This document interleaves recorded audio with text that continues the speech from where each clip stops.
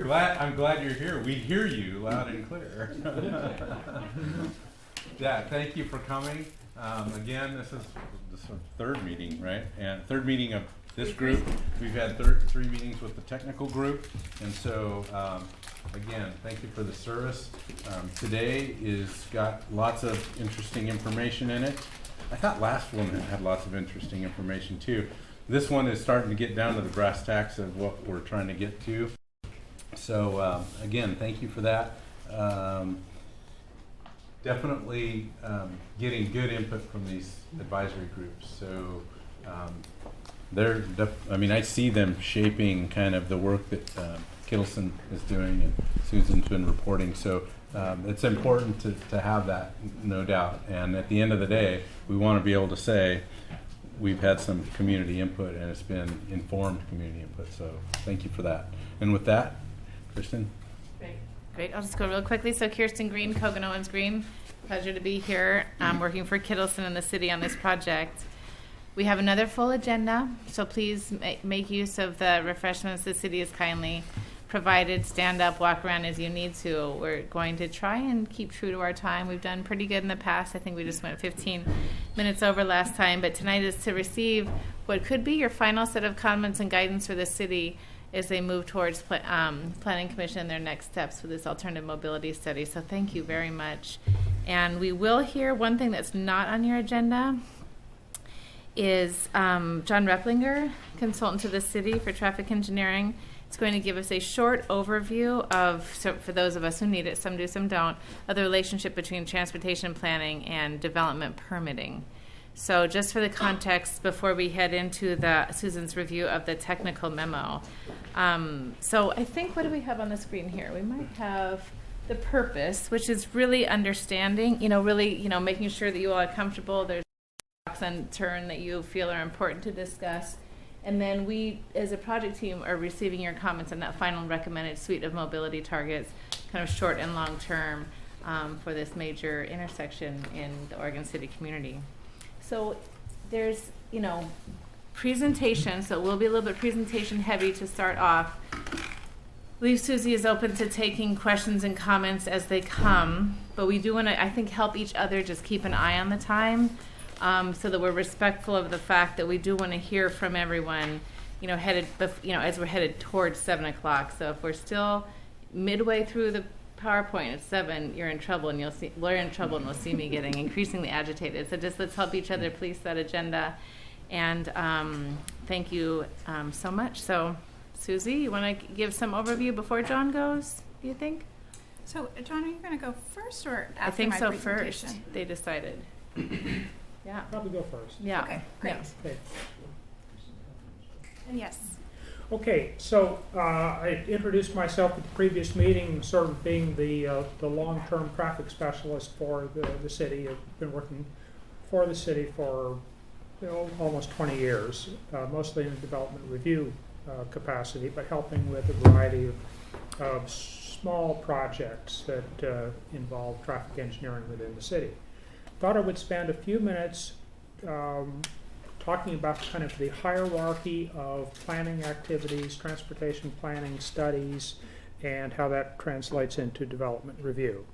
I think, first of all of you are aware of the Metro activities. Metro does things on a regional basis, regional transportation plan and regional land use plans. The city follows that up with a bit more detailed analysis on what's called the Transportation System Plan, and we had one adopted in 2013. The prior one was much out of date, about 10 years prior to that.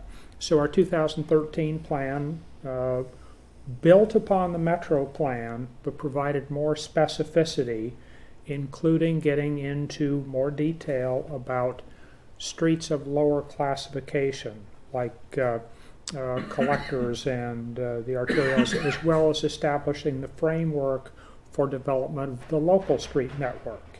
It also relies heavily on lots of policies. So another activity that the city undertakes, and this is an example right here, as a refinement plan. Now, this is a refinement plan that focuses on an intersection, or actually a short corridor of Highway 213. Some of the prior examples we have were say, the Holcomb Boulevard plan. More detailed planning being undertaken for how that road should transition from the old rural road to a more urban road. Another example would be the Malala Boulevard plan that covered from the, kind of the old downtown area out to the community college. So those are some of the planning efforts. The other aspect that I thought we'd spend a few minutes on is talking about development review. When a property owner comes in to undertake a land use action, such as a rezoning that would involve and result in the building of a new building, or when they subdivide a property, they have to do a transportation study that is geared toward the size of the development that's proposed. For very small developments, think of the small subdivisions of maybe 10 lots, there's not very much that is required, but it focuses very specifically on where they will take access to the local or collector street system. We get into a larger development, maybe a couple-story office building or a subdivision of 40 or 50 acres, 40 or 50 lots. They will start having to do a traffic operations analysis, including analyzing how the intersections in the vicinity will work. We get to a larger development. Some of you may remember that Walmart had been talking about developing. They had to do a massive traffic study, and in the end ended up deciding not to pursue the development. So we do have the requirements. It's all specified in the city code and have criteria that the developer have to meet. And the obligation is on the developer to prove or evaluate what the impact is and propose how to make things work according to city standards. So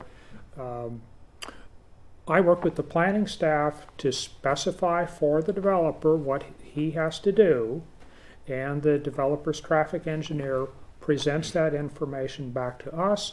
We judge it against what's required in the city code, and when it's appropriate, we put conditions on the developer to do certain things or pay for the cost of a share of doing projects that are in the TSP, for example. So that's a little bit of the highlights of how we move from a regional basis to a more city-focused area orientation, to corridor and specific area studies, and then how that matches in with development review.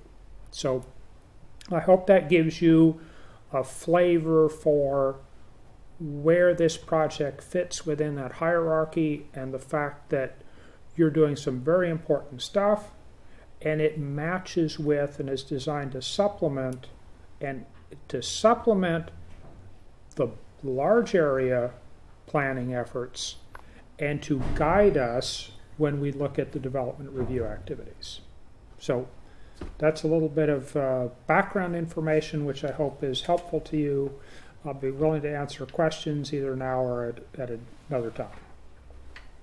It's going to get very germane as Susie gives her presentation, so maybe we'll come back to you with any questions at that time as it's applied. Welcome, Bill. And I forgot to recognize our special guests, the Clackamas County, Mike Besner and John Macker with the Oregon Department of Transportation. Thank you both for being here at the last meeting and this meeting. Susie. Great. Thank you. It's kind of exciting to be back here again. We had a really productive meeting with the technical advisory group yesterday. So I know you reviewed the same memorandum they did, so I've got a few commentary to provide as I go through my presentation on some of the things that we've heard from the Technical Advisory Committee. I'm just going to start with a little bit of a recap from our last meeting. At our last meeting, this really goes back to our first meeting as well, kind of discussing that the city is really unable to fund a major transportation improvement at the 213 Beaver Creek intersection on its own, but yet through their transportation system plan update process, they have an obligation, given that there is not a financially feasible solution, to come up with an alternative mobility target. What we have discussed is that the city can develop an alternative mobility target while also still identifying additional improvements that we do find to be financially feasible. Might not meet the current target, but we can change the target and do some improvements that are going to help alleviate some congestion and improve safety. But that also doesn't prohibit us from identifying a long-term solution, even if it is an unfunded solution. So we can do all these three things simultaneously. They're not mutually exclusive. We definitely heard through this committee that there is an interest in identifying a regional long-term solution for the Beaver Creek intersection. And what we didn't talk as much about at the last meeting, but we started to talk about Redland Road because our technical advisory committee was raising to us that we really needed to be looking at Redland Road as well, because Redland Road does have a long-term improvement in the TSP. But it is in the TSP, but it's just one of those improvements that's kind of considered unfunded. So whereas Beaver Creek, there is no long-term, I'll call it a vision project, identified. That's what we spent our first meeting trying to decide if we could get to one, or if we could find something that was lower cost and financially feasible. And I think what we learned was, gosh, through this process, we're not going to be able to agree on what is that long-term project, but I think we agree that this committee has interest in the city still trying to identify what could be the long-term improvement there, even if it's goes into the transportation system plan, not as part of the financially constrained plan. And that would kind of match the situation that we currently have at Redland Road, which I'll talk a little bit more about tonight.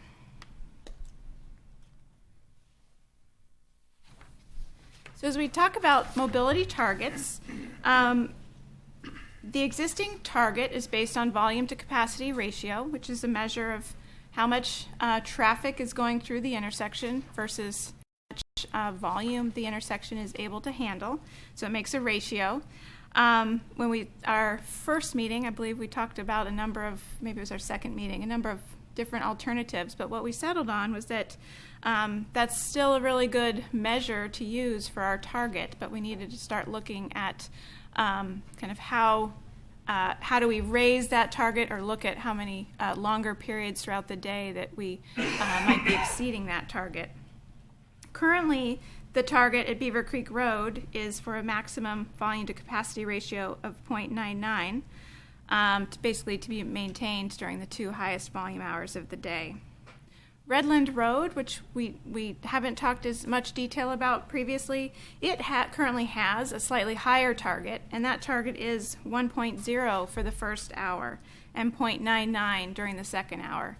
And the reason Redland Road has a higher target is because it's within a regional center, a designated regional center. This kind of gets to that regional or region planning that John Replinger was alluding to, kind of through the combining the metro regional land use and transportation plan. It was identified that we need some different standards within the regional centers. So some of the recommendations we got at the prior meetings, as it relates to improvements, the direction that we received from the technical advisory group and from this group was to try to identify some cost feasible improvements that can be done in tandem with an alternative mobility target, and to recognize that desire to still try to identify a long-term regional solution. From a safety perspective, what we heard was let's evaluate, can we kind of predict what is safety going to look like at these intersection in the future, and can we identify improvements that are going to kind of help improve safety at the intersections. And to also identify whether safety could be a measure that could be used in tandem with a capacity measure. In our last meeting, as we talked a lot about various options for mobility targets and standards, what we heard was an interest in maintaining the current target of a volume capacity ratio of 0.99, but allowing that to be exceeded a certain number of hours per day. And that's where we said, okay, we kind of have an idea what that's going to look like, but we then went forward to do some additional analysis to come back to you based on the current regional forecast rather than the forecast in the 2013 TSP, to come back and say, okay, how many hours of a day do we anticipate this area to exceed that 0.99 target? And we also heard primarily from our technical advisory group that we needed to be looking at a similar approach for Redland Road.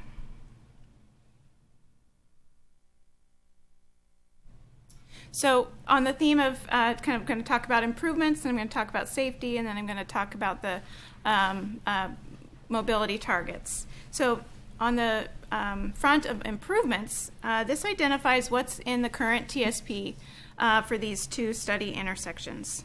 So currently at 213 and Redland Road, the TSP has a project, which I mentioned there in my beginning remarks, which is to add an additional through lane on Highway 213 in each direction. So you'd have 3 through lanes, northbound and southbound, through the intersection. Maintaining the southbound right turn lane, and this would allow you to have double lefts coming off of Redland heading north onto 213. So this is in the city's TSP, is Project D79. It's a long-term project, but it is not part of the financially constrained plan, which is I think what's pushing this intersection to, if you don't have a financially constrained project, you really need to have a different agreed upon standard from which is going to be on the books as a standard, and that trickles down into the development review process as the city looks at zone changes primarily. At Beaver Creek Road, there is no capacity enhancing project in the TSP, but there is a safety enhancement project, and that we talked about this a little bit at the last meeting, and that is to install advanced warning signs for the southbound movement to try to give people more warning of the stop ahead, and that there might be queues to try to reduce the most predominant type of crash, that intersection, which are rear end crashes in the southbound direction. And so that project is more of a short-term project and part of the financially constrained plan. So kind of moving away from looking at what is that big project, the long-term solution, to what are some of the lower cost improvements that we can do in tandem with an alternative mobility target and get into the financially constrained transportation system plan. We took another look based on input from this group and our technical advisory committee to see, okay, what is feasible, what kind of improvements are feasible. So this drawing, and it might be a little bit easier to see in your handout, is the improvement that's in the city's current TSP, as I mentioned, Project D79, and it's to add additional northbound and southbound through lanes on Highway 213 at Redland Road. It's a $10 million project, and as I said, it's not in the financially constrained plan. We've been looking at this improvement to try to see if there's any, if we can do any part of this improvement to provide some improvement at a lower cost. We've been looking at trying to determine if we can just add a southbound through lane, a third southbound through lane, really by converting the southbound right turn lane to a through right. Let's see if I can point that out here. So there's currently a southbound right turn lane for people to make this movement. This is I-205 is up here. So there's currently a right turn lane as you come down 213. You move over a little bit and you can make a right. We were trying to identify whether it would be possible to convert that right turn lane to a through right so that they could go through the intersection as a third through lane and then merge back in before the Holcomb Boulevard overcrossing. So although this is something that we'll still continue to look at, what we realized is it's really not compatible with the long-term solution at the intersection. As you'll notice here, all of the widening envisioned to do 3 through lanes northbound and southbound is to the east. And that's because the Holcomb Boulevard overcrossing has higher clearance on this side of the road and low clearance on this side of the road, because Holcomb Boulevard is kind of coming down a hill. So when this project was designed, they realized that they really didn't have the vertical clearance to do any widening on the west side, and so all the widening is envisioned on the east side. Widening on the east side here, also there's a slope, and will require retaining walls. So doing any widening on the west side, it would may not boost it once if there was the long-term solution ultimately built out, unless there was some kind of major redesigning. There's some concern whether you can make the merge before the Holcomb Boulevard in time. And if you tried to just widen one lane to the east side, which could be possible, you could do one lane widening to the east instead of 2. But if you need retaining walls, it's very costly to put them in one location, and then down the road, if you were to do the full improvement, to put it at the ultimate location. So this is something that we're going to continue to look at with the city and with ODOT. But I think what we've kind of vetted out is that we're not sure if there is an interim improvement that could be done for that less than that $10 million to get into the financially constrained plan, but we are going to continue to see if we can identify something. Our findings were optimistic at Beaver Creek Road. One of the improvements that kept coming up for discussion, yes. Can I ask a question about Redland? Yes. Have you ever considered using the overpass as an off point up 213? Can you explain that a little bit more? Yeah, if you were to come down, if you're moving north on 213, could you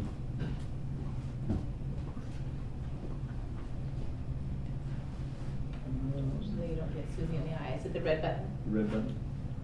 If you're coming down here, is there a way to put an exit ramp up here so you don't have to come here and stop to come down to here? So you would just come up and then turn down in the same way Or go up there. to take Holcomb and come down onto it here.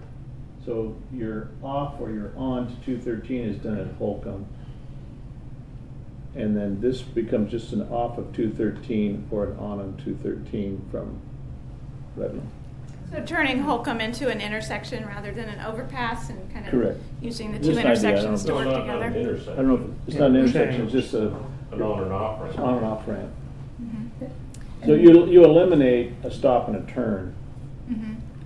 so it becomes free flow going north with no stop. No, I can say we haven't considered that as part of I this don't know if process. it's feasible, just an idea. And with that option, Dan, would you be thinking that Redland would be a right in, right out? Like coming from the north, you would be turning right and south into Redland, or you would go, continue south, take a right, but you couldn't go from Redland to the south. No, to the north. That's correct. You'd Okay. have to come up to go down. Come up Holcomb and then turn and go down. Yeah. That's a lot of traffic. It is, yeah. So I don't know what's feasible, it's just an idea. We like ideas. We You do know, like so- ideas. I've looked at that overpass thinking, why can't that be an interchange, but it might not work right, so just, Even if it's just, an off ramp to go north on Holcomb and the people coming down Holcomb to get onto 213. Right. You kill that and all the traffic Right. that's trying to do that loop. yeah, you might And- keep everything else the and- same and still make something work. And then, So, that takes some of the pressure off of the intersection. Yeah. I mean, obviously that would have a cost. I think kind of jumping ahead in my presentation, the good thing is that this improvement in the TSP does mitigate this intersection to the current standard, which is a great thing. So that we've got a good improvement identified. So what we want to see is, I don't know that this other concept would be any cheaper. Yeah. But so we do have an improvement that addresses the issue, but it's a question of it's not financially constrained at this time. Is there anything that we can do in the interim? And that's something that we're going to continue to look at. I had one other question. Yes. Is this area inside the urban renewal district of the downtown? I don't know that answer. I didn't know how far it went. I thought it went to the bluff, but I'm not certain of that. So I was just curious in terms of a funding strategy. So this thing, I know it includes I'm not the sure. golf course, but I'm not sure if it includes, or not the golf course, but the The driving. Driving range. Yeah, I think it ends at Redland. I don't know. Yeah, I if it think includes it ends the at Redland in 213. Anyway, it's just something I'd like to know that just from a funding source, as development occurs there, I believe urban renewal will come back alive again, and I think that is a potential project. So anyway, just, okay.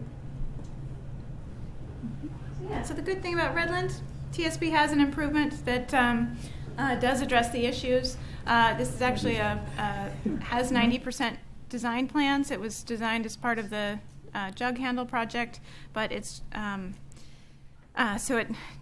the bad news about this location is the ability to do a smaller fix is a little bit more tenuous compared to Beaver Creek Road. Correct. So though Beaver Creek Road, we at this point don't have agreement on that long-term improvement, but it does have a pretty viable near-term improvement that does provide significant benefit.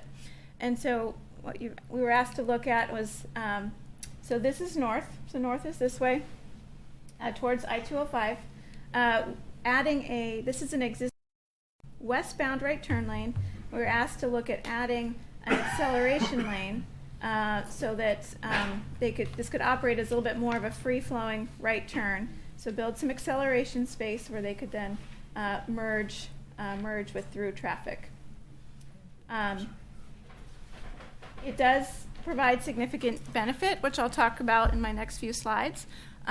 We estimated it, designed as you see here, to be about a $1.5 million project.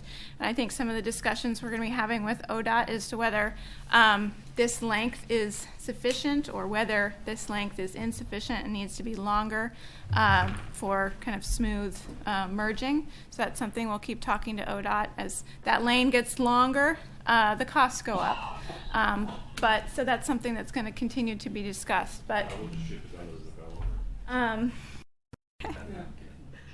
the other thing that we were asked to take a look at as part of this was whether there's currently 2 westbound left turn lanes, Beaver Creek to southbound 213. There's currently double left turn lanes, and we were asked whether we could go down to 1 left turn lane there so that we could have more space for the left turns. I apologize, this is off the screen. So we could have more room for left turns who are turning onto Maple down here, and eliminate the issue where sometimes the Maple left turns are gumming up or blocking the through lanes for people who are coming left here.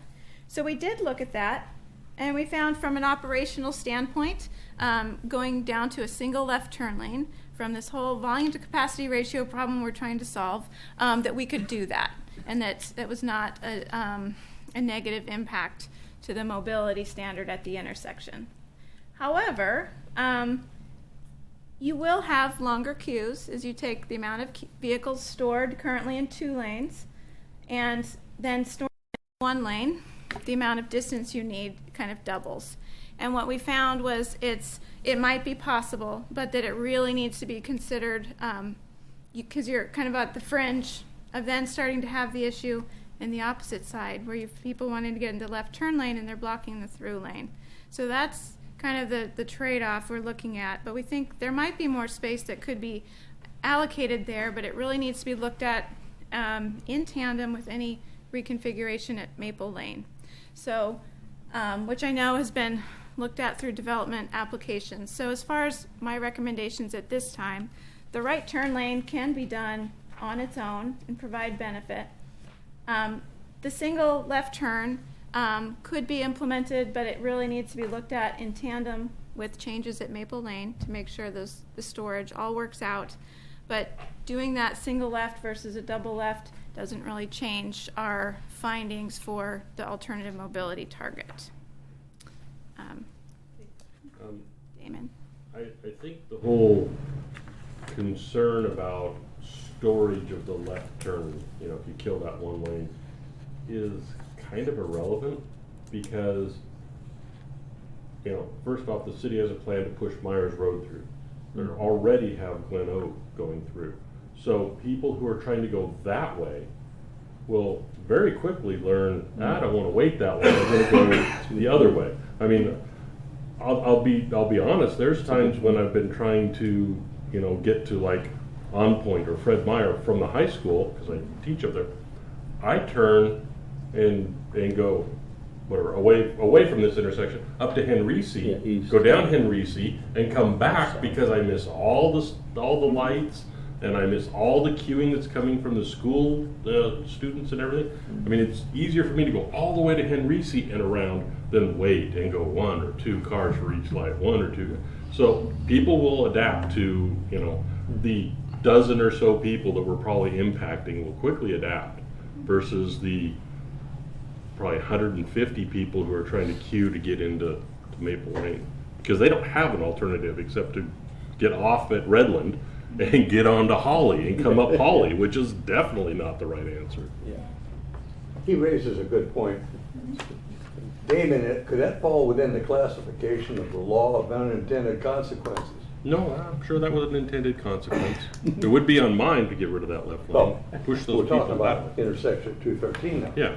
You see, and you start manipulating the design there in order to make that left turn, and we're doing a left turn way back by the high school. That sounds to me like an unintended consequence. Yeah, but it goes out to the county, so it's their problem. Yeah, it's a good one. It's a good one. It's a good one. What I'm saying, it's not planned. I mean, when they put that road through, designed it to go through, they didn't plan it for that purpose, though, did they? Which road? Myers. Myers. Myers? Yeah, Myers is supposed to be a major connector. I mean, it's supposed to go from the industrial lands by the high school. To alleviate the pressure on 213 and Redland? No. Well, that's what That's I'm what he saying. means by the unintended Yeah. consequence. Yeah. He's saying it's a good thing. It's a good Yeah. thing, Yeah. but it wasn't intended, it wasn't designed. It will be when it's built, because it hasn't been built yet, so we can build it Somebody to will that take the credit intent. for it, yeah. I So I will. would say, we might want to hold this conversation and let Susie get through the presentation, but sir, you had one, you burning comment on this, I just had a question, but I can wait. Are you sure, is it on this point? Did you get an indication from ODOT as to the length of the acceleration lane?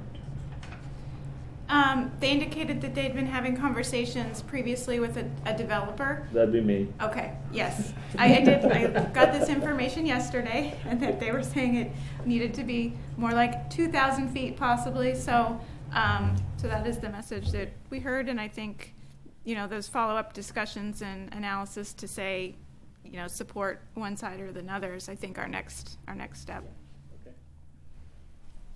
Thanks so much. So, next kind of question. So we've talked about some improvements that can be done, and what are these improvements impact on safety? So we have some tools in our toolkit to look at safety in the future. They're called it's called predictive safety analysis. So you look at what kind of crashes you have at intersection today. And it's not just the overall number, but it's looking at very specific, what kind of crashes and on which legs. And then we have a very big database available to us through the Highway Safety Manual that helps us say, you know, statistically across the country, when agencies implement this improvement, they see this percentage of a reduction on these types of crashes. So using this kind of database that is being used by agencies, departments of transportation across the country to try to make a determination based on data whether the improvements they're doing statistically are shown to have a benefit or not. We basically found that the improvements that we're looking at are shown to provide a safety benefit. When we looked at Beaver Creek Road, looking at both the right turn acceleration lane as well as the advanced warning signs that I mentioned are in the TSP currently, the predicted crash rate was had a reduction of about 5% with those improvements. At Redland Road, looking at the TSP of 3 through lanes in each direction, we have a predicted crash rate to be 10% lower than it would be otherwise. And if we're only doing a partial improvement where we're only getting 3 through lanes in one direction, southbound, instead of both, predicting future crash rate reduced by 6% over doing nothing. So I think what this tells us is that these improvements that we're looking at, they're providing a benefit and not a kind of disbenefit to safety. I think there are still some other safety improvements that could be looked at. This doesn't take into account looking at enhanced lighting, for example, at Beaver Creek Road, or making sure we have countdown pedestrian signals at each leg. Those were some of the other things that were discussed. So we talked about improvements, talked about safety. Now let's talk about kind of the operations impacts of these improvements.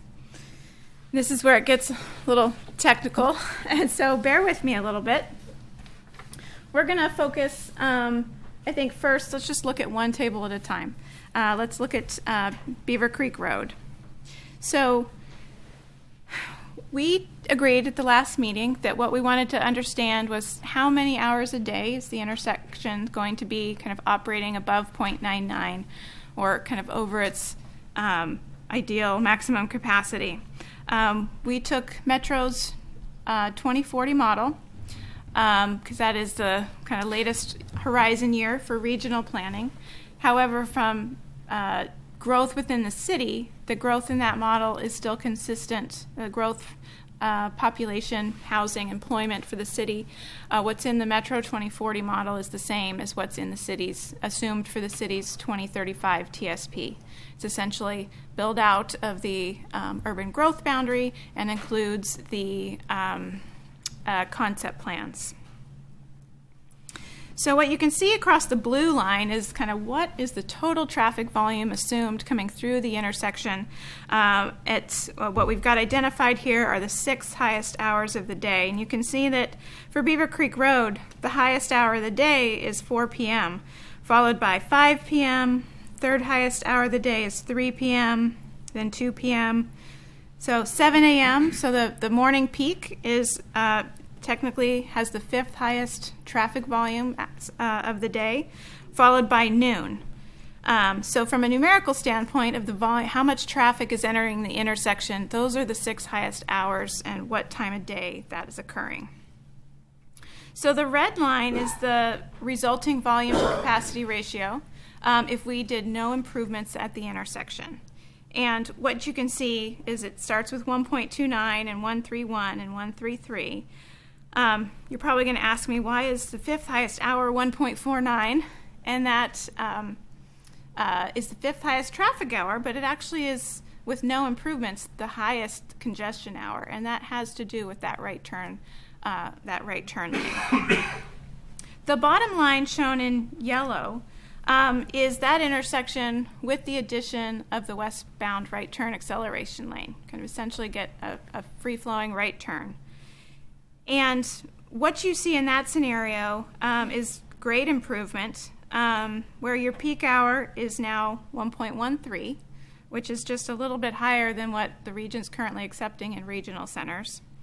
Second hour, 1.13, and then third hour, 1.1. So you really have about 3 hours of that kind of real peak congestion.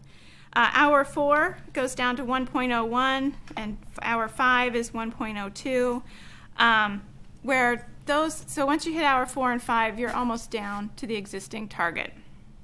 And but what you've really solved there is that AM peak issue is greatly reduced, and you've kind of brought down the most significant congestion down to about 3 hours in the PM peak. However, technically, how many hours are over 0.99 is 5 hours. Those are the hours reflected in yellow. Any kind of questions about that before I start talking about Redland Road? Are you factoring in the large projected residential development increase in the Beaver Creek Road concept plan into these projections? Because I predict that the peak hours will change when that happens. Yes. They are part of the land use model. And also, does this factor in induced demand as well in the model? Induced demand. I know that's a difficult topic. What do you mean by that? It was actually something that they mentioned earlier. If you have congestion, then that changes traffic patterns and behaviors. Mm-hmm.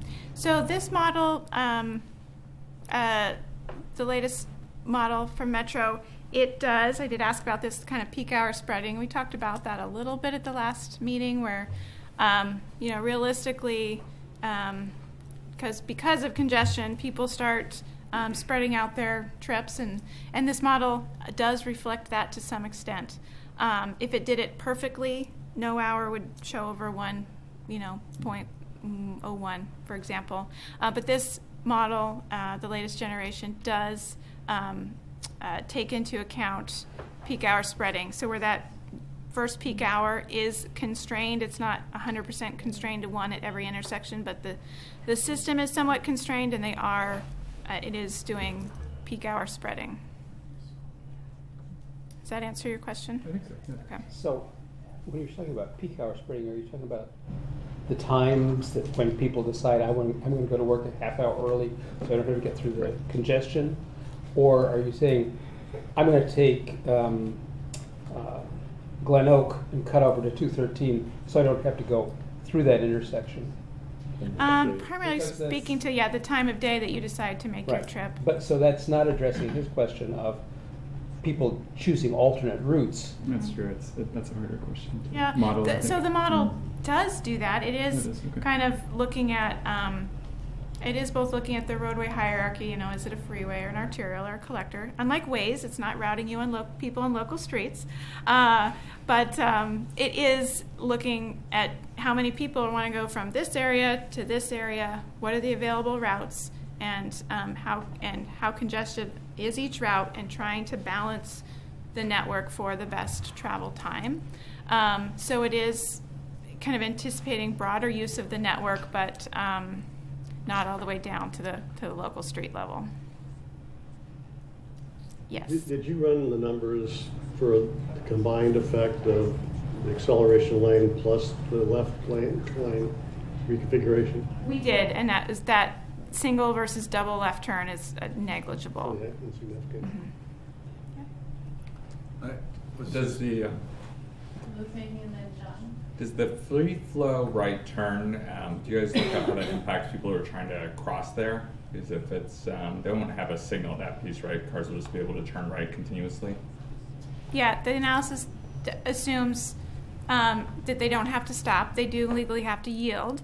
There's not enough activity there today to have an impact on the capacity analysis, but it is something we were talking about with the technical advisory committee as to whether if there were increased pedestrians, would our results be the same, and will traffic there ever warrant them having a push button to cross the right turn lane, all the way from should we eliminate pedestrian movements there. So we were talking about that kind of the range of things with the technical advisory group.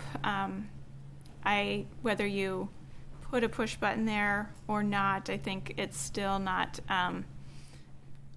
high enough pedestrian traffic to change our future results, but I think it is a very important design consideration when we, as we talk to ODOT about what does this right turn acceleration lane look like.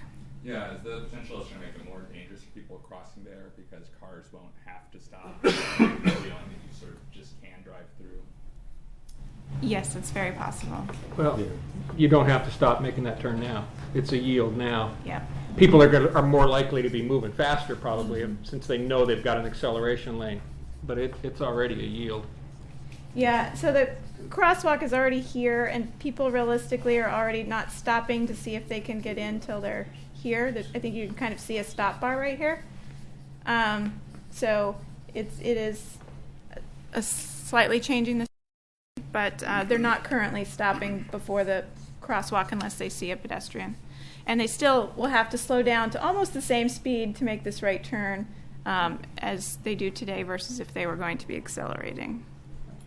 Fair to Yes. say it would be something to continue to be mindful of, Susie, as you say, at the design, as the city advances the design of that interrelationship. Yes.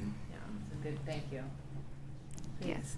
So I live in a neighborhood that's right there adjacent across from Albertsons, and I know that there's a few areas of sidewalk that aren't connected, and we would be doing a whole lot more walking if it were safer. I have a 4-year-old kiddo, so you know safety is a really big deal, and I'm wondering how much the existing pedestrian activity would increase if it were just safer to even get to that point, because we prefer to be active, but if we don't have the facilities to be out and walk to Albertsons to go grocery shopping, we're going to get in the car and drive that stupid little ways, which makes no sense. We would totally opt to walk if we could. So I'm thinking, you know, if we can connect a few sidewalks, for sure, us and, you know, all our neighbors would be walking more and not even using the car for those little trips to the grocery store. Yeah, I think some of those questions came up at the technical advisory group, and John Replinger had a great point for our technical advisory group when the same kind of questions, like what else should we be looking to do in tandem with this? And we really kind of harkened back to the city's transportation system plan, which is what looks at the full network, not just this one spot, and what are the planned future street connections and connections for bikes and pedestrians. And so I think, you know, we're way down looking at this one focused spot here. But I think the city's transportation system plan, which is really what gets to some of these other improvements in the surrounding area and what their kind of needs and priorities are. John, could you touch on that a little bit? So the gap in the pedestrian network is in the city's TSP? Yes, the TSP did a really good job of identifying gaps throughout the city in the pedestrian system as well as in the bicycle system, and there are a substantial number of projects listed in the TSP to fill those gaps, as you know, as well as a policy that anytime the development moves forward, essentially they have to have sidewalks included when they do frontage improvements. Yeah. As part of taking this recommendation, ultimately, not just through the city's transportation system plan, amending it, but ultimately going to the Oregon Transportation Commission with ODOT, part of the findings for that will be to demonstrate that this is kind of that these other solutions for bikes and ped and street connectivity were part of the city's transportation system plan and therefore kind of part of this planning process. So the TSP looked for all of those opportunities and then still came down to saying we're going to do all of these other multimodal enhancements, but we still have we have an unresolved intersection here. So. Mr. Lewis, do you want to say anything? Okay. Can I? One more and then, yeah, she's on the Okay, verge of yep. a story here, yeah. Sorry, which one? We had a hand and a name placard. Henry's Sorry. been waiting. Henry real has quick. been waiting. Yeah. Me? Sorry, the closer Henry to us. Oh, Yeah. we're supposed to turn our name up? Yeah, if you would, Oh, please. okay. Thank you. Okay.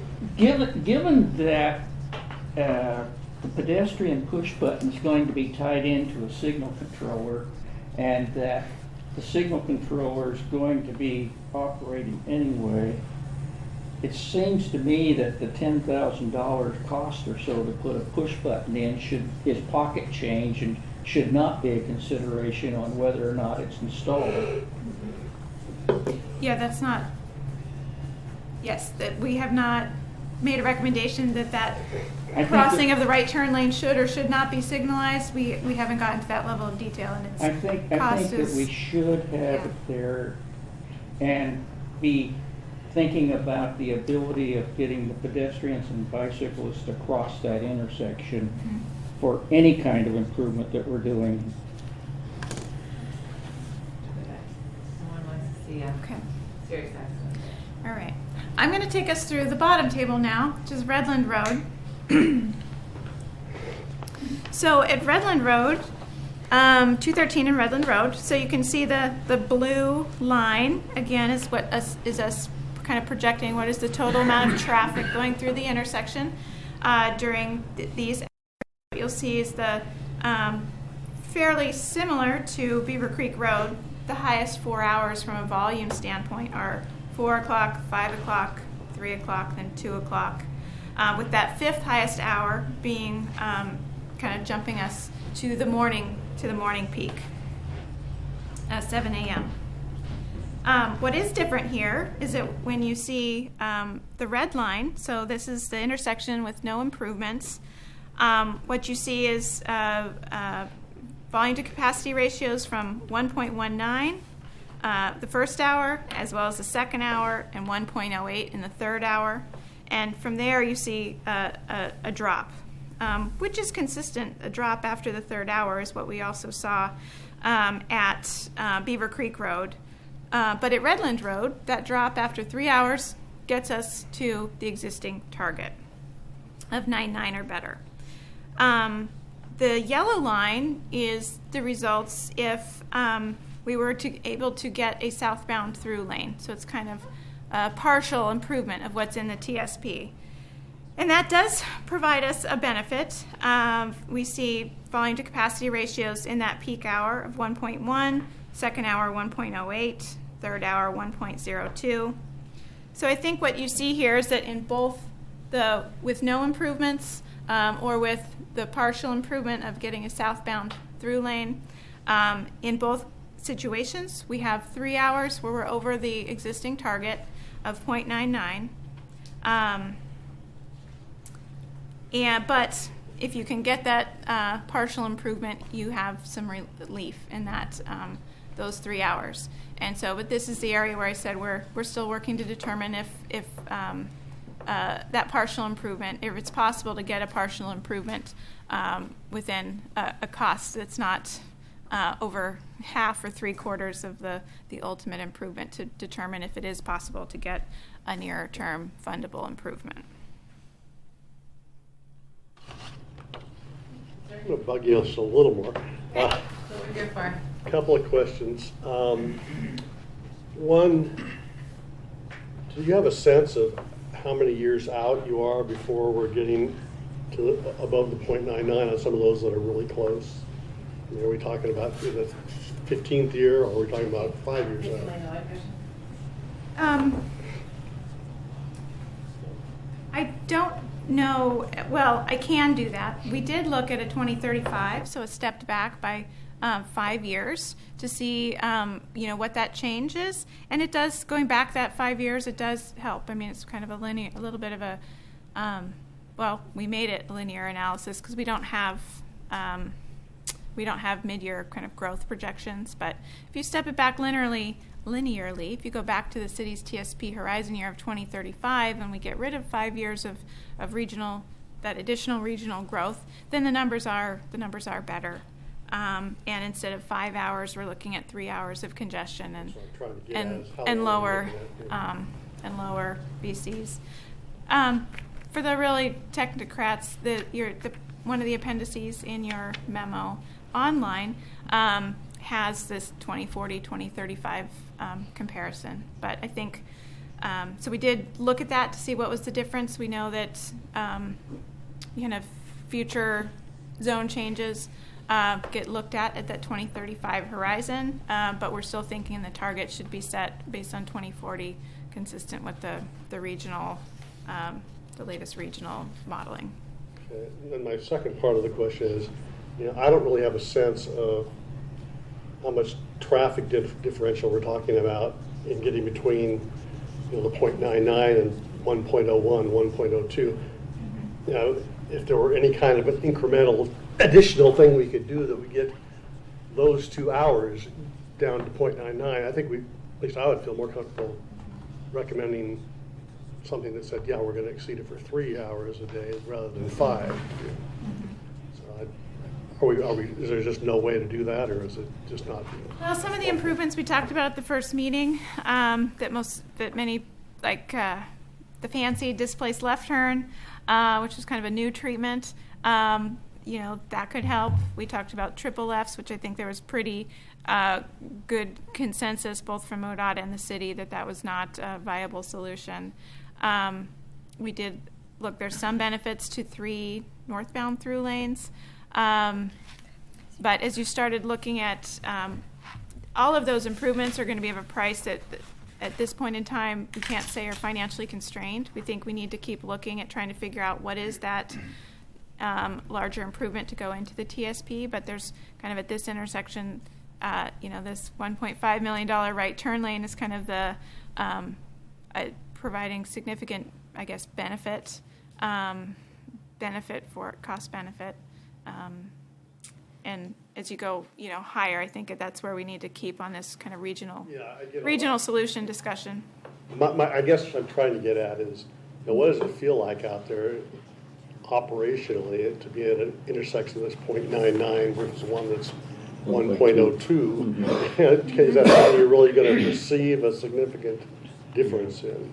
No, something between 0.99 and 1.02, you're not going to feel that difference. This is more kind of setting up a methodology with which, that we're going to kind of set a rule, and then everybody kind of follows by that rule. But fundamentally, you feel the difference between 1.0 and 1.1 for sure. But 0.99 and 1.02, I mean, it's about kind of the difference between the worst 15 minutes of the hour versus the worst hour. If that makes any sense. Thank you. Mike, and then Bob, and then Dan.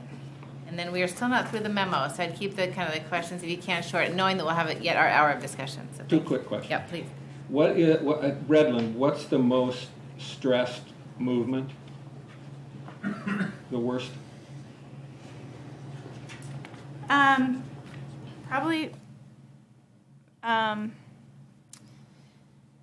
in the morning, you're balancing the people turning left off Redland is probably the worst congestion, trying to turn left off Redland to left onto 213. Okay.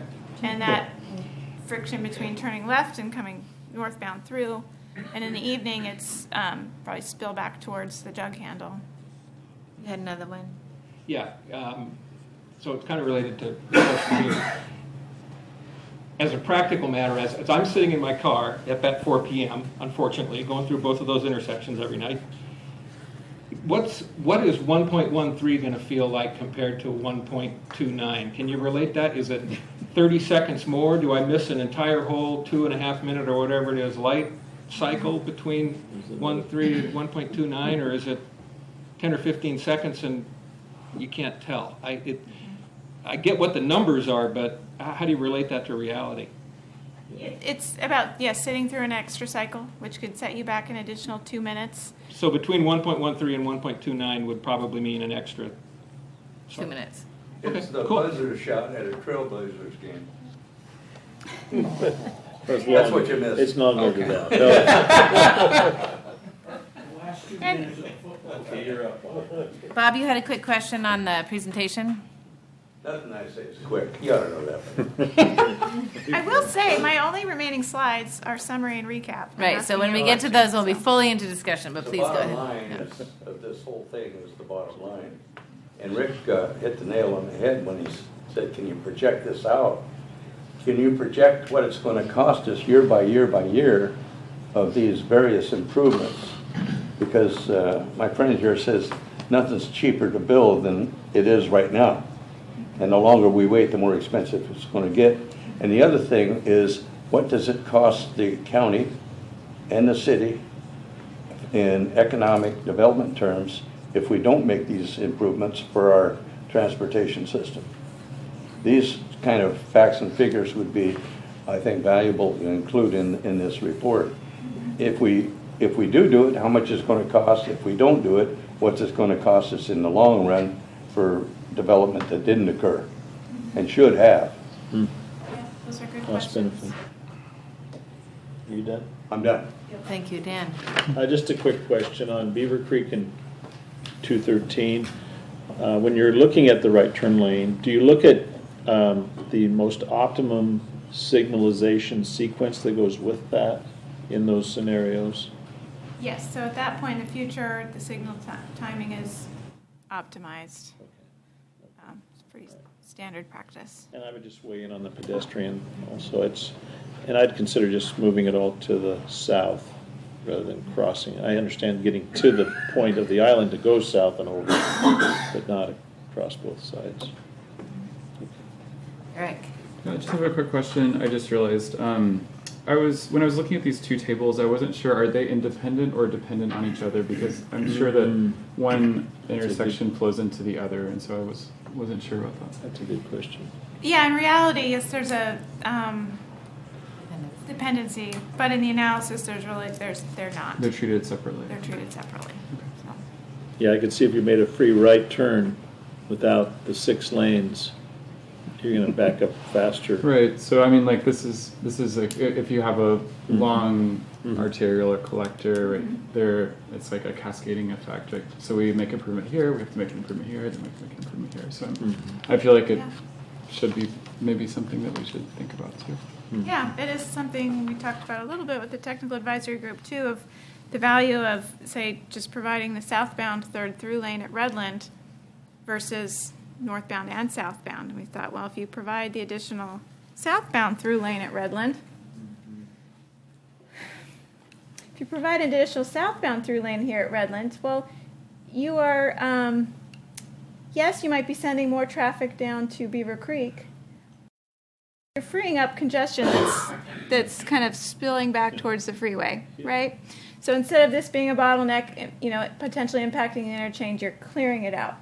Versus in the morning, if you have congestion here and it's spilling back here, well, that's a kind of almost lesser evil because you're metering it here and controlling how much is getting to the interchange. And so possibly just doing a southbound left turn, southbound through lane has, you're providing some system benefits there in a kind of a positive direction as opposed to kind of further aggravating the I-205 interchange ramp terminals. So yes, some of those upstream and downstream impacts are things we've been thinking about.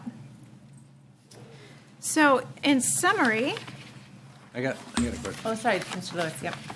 Can we go back to that slide? And maybe I should know this, but I don't. No. Which one? The slide with the numbers on it, the red, green, and yellow. So are those numbers average for the entire intersection, or are they the maximum movement number? Total entering for the hour from all directions. So some are worse and some are better. So if we looked at that worst movement at which one was it, the 7 a.m. Right there, can we assume that that's the worst? No, that's the average. That's an average. So for that right turn lane, I'm guessing, well, that free right, that could be a much higher number for that one movement. Yes. I mean, yeah, even though 6,700 is lower than 8,200, the amount of traffic that's kind of competing from 213 and Beaver Creek westbound is what's causing this number to be so high, kind of as compared to PM peak hour. These numbers are higher, but it's a little bit less directional. It's kind of coming from all directions rather than in the morning it's very directional, kind of all coming from one direction. So like the westbound movements on Beaver Creek are much higher in the morning than the evening.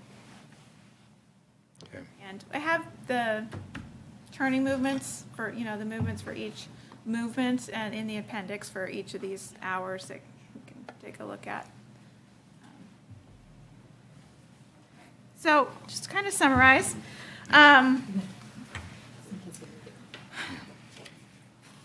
So we know that the current target's going to be exceeded in the future, and that there's really, we don't have cost-constrained or cost-feasible improvements in the TSP today to address it.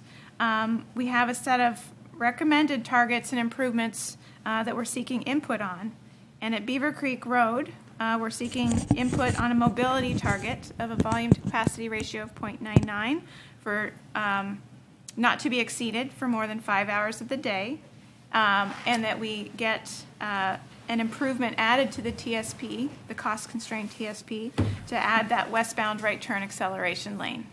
So that right turn and that 5-hour target going hand in hand. At Redland Road, we're seeking input on the recommendation for the mobility target not to exceed 0.99 for more than 3 hours of the day.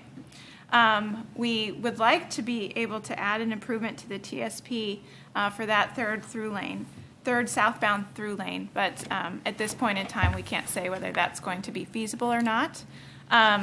We do know that regardless that 3 hours is the same, it's just a matter of how high are those 3 hours. So for discussion here, I think I'm going to turn this over to Kirsten. Sorry. Good old, what's her name? Good old, what's her name? Yeah. To kind of help take us through these discussion points, which are really about at Beaver Creek Road and at Redland Road, kind of trying to get a sense of the comfort level with those recommendations that I just laid out. There is kind of one second recommendation for discussion here at Beaver Creek Road. It's it's listed as number 2 under Beaver Creek Road, which is a recommendation to document all of the alternatives that we've considered through this process at this intersection and add a policy to the TSP to recognize the merits of a regional solution. So that is an additional item for discussion at Beaver Creek Road. With that, I'm going to... Well, sure. And I would think that, sure, Mike Besner first, and then we have Damon before we open up to the full discussion. Commissioner... Sure. I'm going to propose that we just take them as a suite, these set of recommendations, and I think you've been through them with the technical advisory group, so they're comfortable with these. There's benefits and drawbacks of any option. This suite retains the option to go for a higher, the bigger build through larger scale planning will still allow doing a cost-constrained solution that would allow the current build-out and concept plans to continue. So that's what's in front of you. That's what the Kittleson team has come up with. Work closely with city staff to prepare in advance. We will want to hear from everyone on this. Commissioner has his flag up first so he can open the discussion, but I'll probably want to loop back to Nathan and then go around the table once before we close out so we can make sure to hear from all of you. The city's taking all this guidance. The next slide you've probably seen in your packet is how the process will continue to the Planning Commission and the City Commission as well as the OTC, and John's here to listen for that as well. So it's not a small matter. You've been deliberating on it carefully, and we appreciate the discussion that's about to happen. Please, Mike. I have more of a clarifying question. Yeah. So it talks about don't exceed it for more than 5 hours a day. Is that just, could be 3, could be 1.8, or is it possible with those 5 hours to give very specific targets? So going back to that point, can you say in hours 4 and 5, no more than 1.02, for example? So we can go that approach, and that's we know that ODOT is interested in that approach. Has been providing us guidance that ultimately we've said it's 5 hours, but we might want to set that first hour at basically numbers consistent with these tables. So the ultimate recommendation could say have a limit on that first hour. So that's I think part of the details that we'll be working on with ODOT, trying to make sure we've got kind of direction from this group before we kind of get down to kind of that level of what is ODOT willing and able to help carry forward to the Oregon Transportation Commission. And if there's any questions, certainly before we go around, if there's any questions on just that point of any flexibility within this current recommendation, please feel free to continue to ask before we dive into kind of your guidance for the city, please. Commissioner. I've got a whole slew of things. because that's my job to be snooty. I guess, going back to the presentation, you made the statement that for the Beaver Creek Road Safety Enhancement, that putting in this advanced warning system, which I guess is question one, what do you mean by an advanced warning system? What is this going to look like to me as a driver? Yeah, so it's for the southbound approach, so coming from, Going up the hill, got it. yep, up, coming from Redland towards Beaver Creek, up the hill. It's a flashing sign. Have you ever seen a sign where it might tell you've kind of got a curve and it says, you know, signal ahead? So it's something along that nature that tells you, blinks either that there is a building queue, kind of warning you of the traffic signal being red, or that the queue is of a certain distance. Okay. And then you follow that up with saying that should reduce the number of rear end collisions, because the very first meeting, you gave us all the data about the accidents, the type, and we said, which movements are those associated with? And you said, we don't know. And now you've just made a statement that you do know. Yeah. But where did that information come from? Was that in one of the 200 pages of appendices we got in that? There are, all the specific crash data is in there. Okay. What I didn't put in there is that we did map out those crashes. So you take those reports from ODOT and you look in line by Right. line, those 150 crashes, and says which direction it is, what kind of crash. And we did map it out, and then said of those crashes, okay, these 60 were the rear end crashes for southbound, and that those are the specific number of crashes that we're going to apply this modification factor to. So Right. we did break it down since Did that it last meeting. say where in the queue those crashes happen? Like, does it happen because the queue's long and they come around the blind corner and go, oh my God? Or is it because somebody said, I'm going to run the red? Nope, I'm not. And the next two guys go, bam, bam, bam, bam. The reports do tell you how far it is from the intersection. Okay. Yeah, But without you probably didn't get into that. But I mean, because here's, my anecdotal evidence or experience of that intersection. And, I'm going up to the school in the morning, and then various times like going up to Fred Meyer's during the day and it is not uncommon for me to come around the corner, see no traffic in front of me, see all 4 lights green, and for me to make the turn on a green light. That is a long time for the northbounders to be sitting there waiting for me, one lone car, to come and make a turn. And the other element of that is I don't know when it's going to change, so I accelerate to the intersection. So I think one thing that would be potentially more useful, I mean, if you're going to spend the money on some sort of intelligent queuing information system, I think it'd be better spent putting an intelligent signal system in that says, look, there's no traffic, time to change the light.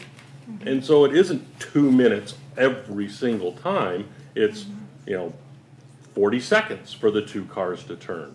And especially with the getting rid of that one left turn lane, if you can turn off the turn lanes quicker and get people moving straight through the intersections, I think you're going to reduce some of the VC. Maybe can we let Susan respond?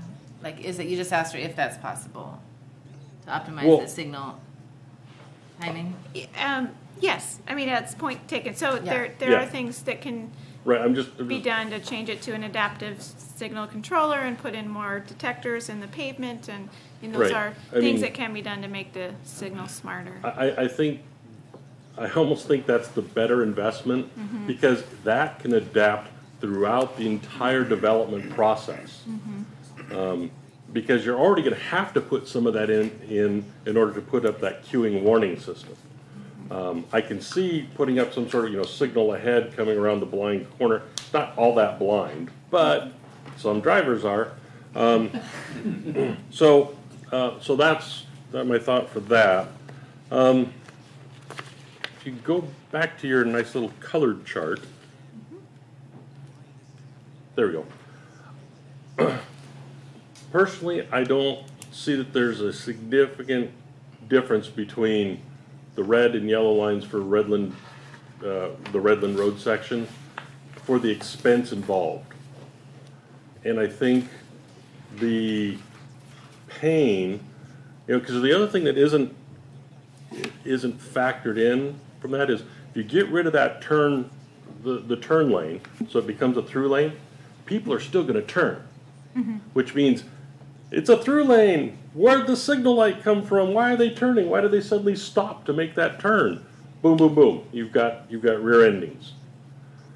If you don't, the other element is, are you just shoving side collisions up to people who won't pull over, won't yield just before the Holcomb overpass? I mean, the thing I remember vividly from my time in Los Angeles was the time the LAPD said, we're done with people playing games with driving on the shoulder, and they built a Jersey barricade cul-de-sac around the blind corner, and they backed up 150 cars, and they didn't let them out till rush hour was over. And they handed them all tickets while they were there. Thank God I got over that day. But people won't yield, and people don't seem to learn how to weave. And I think you're creating an impact point if you just push it down the road. So I don't think the benefit of that alone. I think there's going to be other costs that are going to be part of that. If you're going to do it right. Which also gets me that looking at those numbers, again, anecdotally, they're not supported by what I'm seeing, which is I see cars going northbound backed up almost a mile waiting to get through that intersection, the Redland Road intersection. And they're just sitting there, and it doesn't matter whether they waited for a light to do the merge down off of Beaver Creek, or whether they just queued through. It doesn't matter. You're going to drive a half a mile or a mile down the road, and then you're going to sit there and wait for the lights to cycle through. And then the other side of it, the afternoon section, and again, I'm coming from Portland, doing the jug handle, and going and taking that turn because I'm there by the hospital. I'm not seeing the backup. I see that there's a backup, but I don't see it as being as extensive as what I see northbound. I mean, it's crazy long, that queue. So I think if anything, we maybe want a through northbound lane. But then anyway, so let's see. In regards to the pedestrian crossing at Beaver Creek on the northbound side, again, I think we'd be better off eliminating it and not putting sidewalks from Maple Lane to that intersection on the northbound side. Leave that as an emergency lane for the guys who do rear end because the person stopped or whatever. Leave that as a lane for them to move out, and make sure that people are crossing from Maple Lane, because that's where they're coming from, are crossing the road at Albertsons, and then take, and I don't know how we do that, but I mean, it's a pot of money. Take that money from that we're not building sidewalks there and throw it into the Maple Lane neighborhood and connect some of the dots, even if it's, the house has been there for 40 years and it's grass. No, we're gonna put that sidewalk in. Can I just pause there, because I think that the team had some discussion about whether or not, because this came up at our last meeting, whether or not to close that pedestrian crossing, and it's still in. So I wonder if either the city or Susan, you want to speak to that in terms of the overall city's priorities for active transportation, access, and safety. Anyone? I think that, from what I understand, you're reluctant to close what people will naturally do, not formalize what people will naturally do, which is run for it, walk for it, even if there's no sidewalk. But I'm the furthest from this information, so yeah. But I guess what I would say, the reason why is if you have nothing except street from Maple Lane to that intersection, and no way to get from Sherry's across, to that intersection, if that's a dead zone, So is that still people will avoid it. Yeah, I just need to keep it. Especially So for I don't think we- point by point, I'd like to kind of. Yeah, I don't think Yeah. we've determined that Okay. isn't an option. It does kind of lend itself differently than than what we would typically see for pedestrian accessibility. But I think there's merit to it, and we'd have to not only at that end, we'd have to stop it up at Fur on the other end. But yeah. Really discourage. You'd have to really discourage it. Yeah. One thing that we wanted to balance, though, is particularly if you're allowing more congestion, allowing alternative modes and having those modes have safe and reliable ways to get around. So providing sidewalk connections is one way to mitigate the fact that there is so much traffic, so that you could take your 4-year-old across the street and things like that, wherever that is in the intersection, and particularly because the zoning designation around there does allow commercial. There's some apartments nearby. There is a lot of people that can walk or could walk in the future if the facilities were there. Right, and if the facilities aren't there, they'll socially engineer to where the facilities are. And the Or other make bad element choices, of yeah. that is if you're talking about eliminating the Fur down sidewalk, I don't think you need to eliminate it all, but one thing is if you do eliminate the sidewalk from roughly where the bus stop is, the TriMet stop south is, that space becomes room for the TriMet bus to pull out of traffic and pick up people. And it becomes, a safe loading zone, because right now they're stopping in the lane and people are going around in the other lanes, or they're fighting with each other. So as we hear from other members too, I'd like I to think invite Oh. other folks to respond to that when they have their moment. I So, have yep. 2 more comments. First, Please. on the safety analysis, you had, if we make these fixes, you had basically a 5% improvement for Beaver Creek. That's roughly an 8 traffic accident decrease. And then the 10% decrease is a 3 traffic accident increase or decrease. So again, I think we want to make sure we're putting our money where we get the most bang. Mm-hmm. We're going to make an improvement, save 8 people rather than 3. And one's got, the one with 8 has a fatality, the one with 3 doesn't. So again, why push one lane through for an increment that doesn't get us to our goal to begin with and doesn't give us a lot of bang for our buck? So there. Like you said, you had 2 more. It was those 2 things. Okay, all right. The 2 different. All right. Well, thanks. Anything else to respond to from commissioners' comments there at the end? Okay. All right, thanks. And then Nathan, thanks for the careful read. And then Nathan, please. Yeah. So, in looking at adding at the intersection of Beaver Creek and 213, the westbound right turn lane, acceleration lane, that'll help with the problem in the morning, specifically at 7 a.m. headed toward 205. But I also want to just revisit that. Is there a feasible alternative for the PM traffic that is headed southbound, left turning back onto 213? Or yes, left turning back onto Beaver Creek. Because we talked about at the first meeting how there's 2 left turn lanes there currently, and one of the problems is traffic that is turning off 213 once they've cleared the intersection. There's a backup with the left turn lane down at Thayer. Maple Lane. I'm sorry, thank you. Maple Lane. And have we looked at any feasible alternatives for that other than reducing the westbound left turn lane from 2 to 1? Within this Makes sense. notion of what can we do and more of a near-term cost constrained,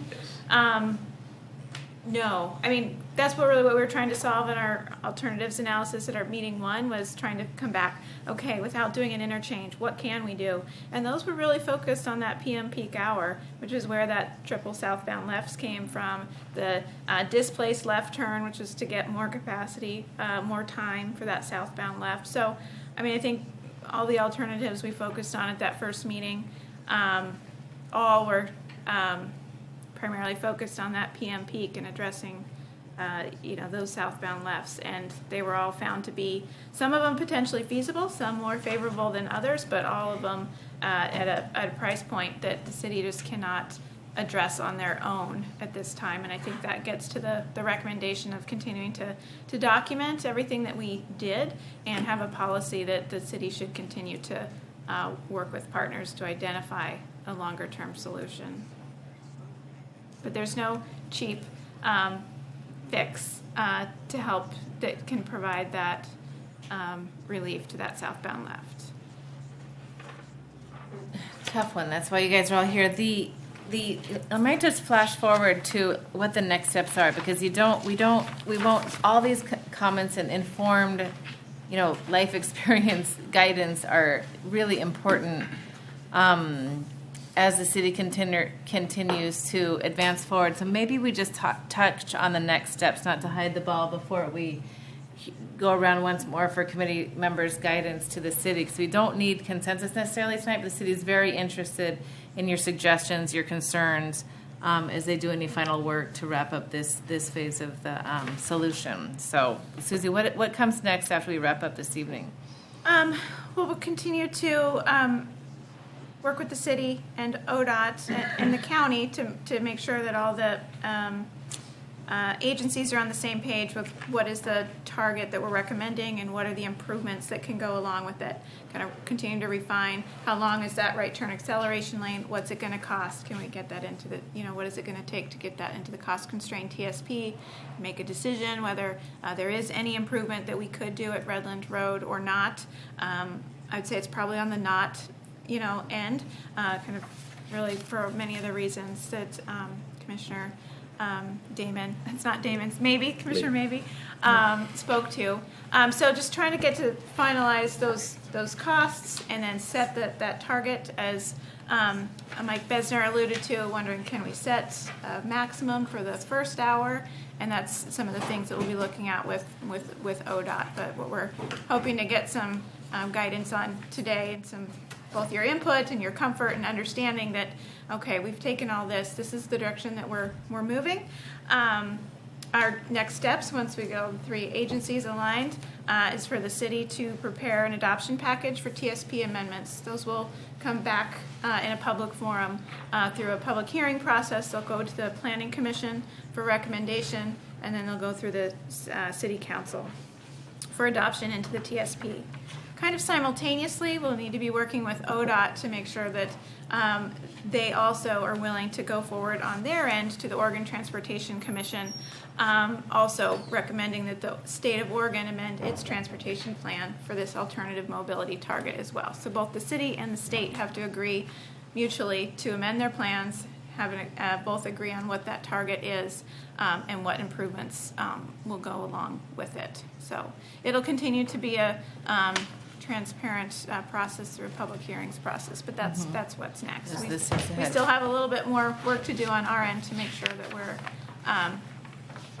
based on your input to get to a final agreement among the agencies on what that target is. Could we flip back then to this slide, to the discussion slide, just once? Okay. So do remember that this is a 3-year guidance to us and discussions. This is a multi-pronged recommendation. So short-term steps that we can, allowing for a little bit more congestion through the 20-year horizon, while retaining the right to advocate for a bigger fix that we know is important. These are not small moves, so it does take years to kind of line up the bigger solutions. So maybe we start at this side of the table. Dan, do you want to make a comment before we go around the table? One quick Please, question. yeah. What does number 2 really mean? Yeah. The document the alternatives and add policy. Keep TSP. an interchange on the table. Well, Yeah. I just wanted to hear it in plain language. Right.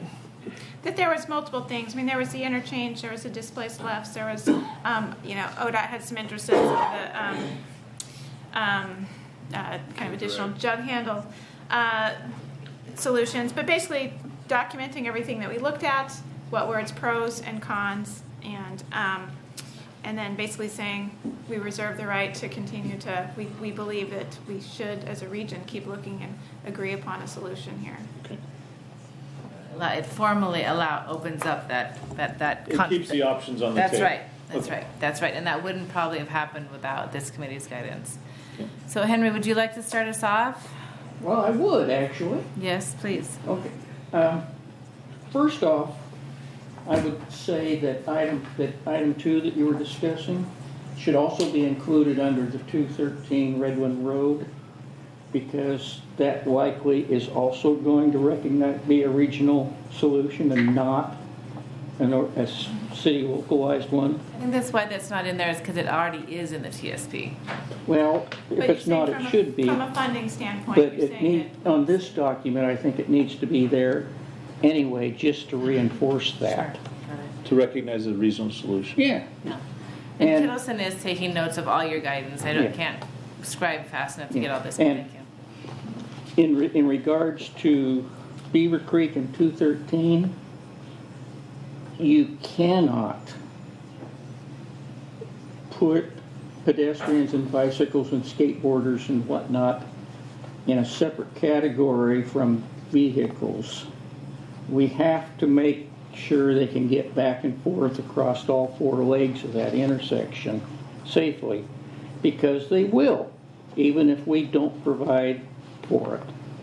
And the first time somebody decides to run into the road in front of somebody, and don't tell me it can't be done, because it's almost happened to me, it will come up as a discussion point, and we will be retrofixing it. It might as well be there to begin with, because it's cheaper and easier to do it then. Appreciate that. Any other guidance on these 2 points? Pardon? Any other guidance on the 2 intersections, or is that it for now? I think your points are well taken. We won't be agreeing or responding. You're next. Bob, you're next, so you don't even You're have to put it up this time. It- You're next, yeah. So, Henry. In terms of the V over C question, yes, it probably is going to be a higher 1 hour, a lower, second and third hour, maybe even 3 tiers. But I really think that in 10 or 15 years, we'll be back here discussing this again and expanding it to 8 hours, because I don't think we'll ever come up with enough money to build anything. Can we call you again at that time to serve again? Sorry, we hope not. But Bob, please, sir. Well, I agree what he just said, but I think we've all reached a conclusion, one way or another, that it's getting more and more expensive to upgrade these intersections. And I think what's happening, whether we like it or not, is that we're being ushered, kicking and screaming into the digital age. And if you don't believe me, look at your grandkids and their smartphones. They're smarter than we are. Really, I'm serious. 10 years from now, they'll be speaking a different language. Starting to learn it now. But what I'm thinking is that technology is going to take over our highways.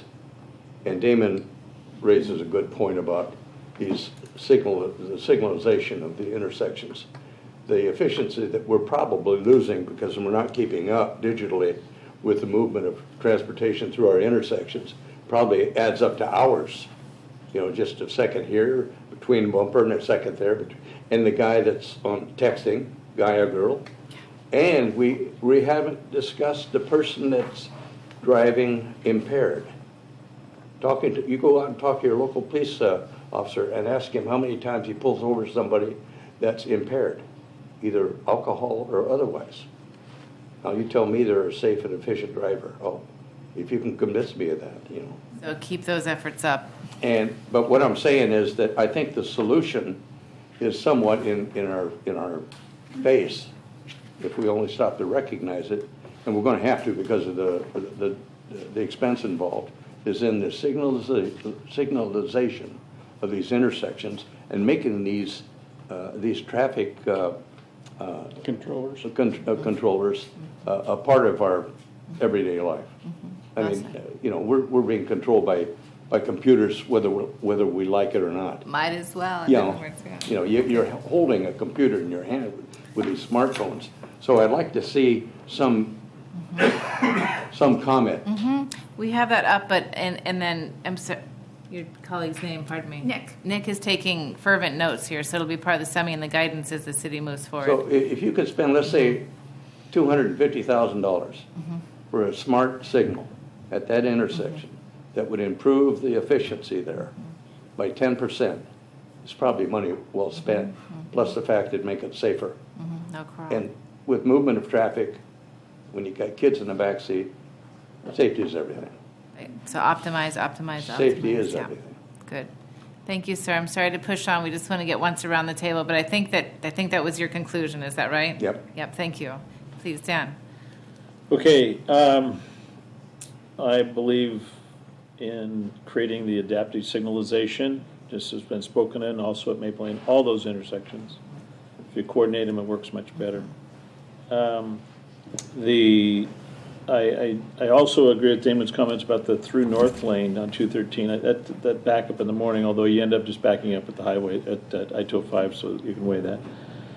The Beaver Creek crosswalk, I think when you look at the whole trail system and master plan of sidewalks and pedestrians and the human nature of travel, I think there's planned a nice big wide 12-foot wide sidewalk coming down from the college, crossing there at Sherry's, coming across, connecting into the Metro Green Space. So I don't know that could be really eliminated. The only one that I think could be looked at is the one going across at the north area. Because if people came down Maple Lane and if it was clearly marked there, they would have to go across. It'd be a little bit longer, but that's the only one I think you could maybe look at, and that could do some queuing things. In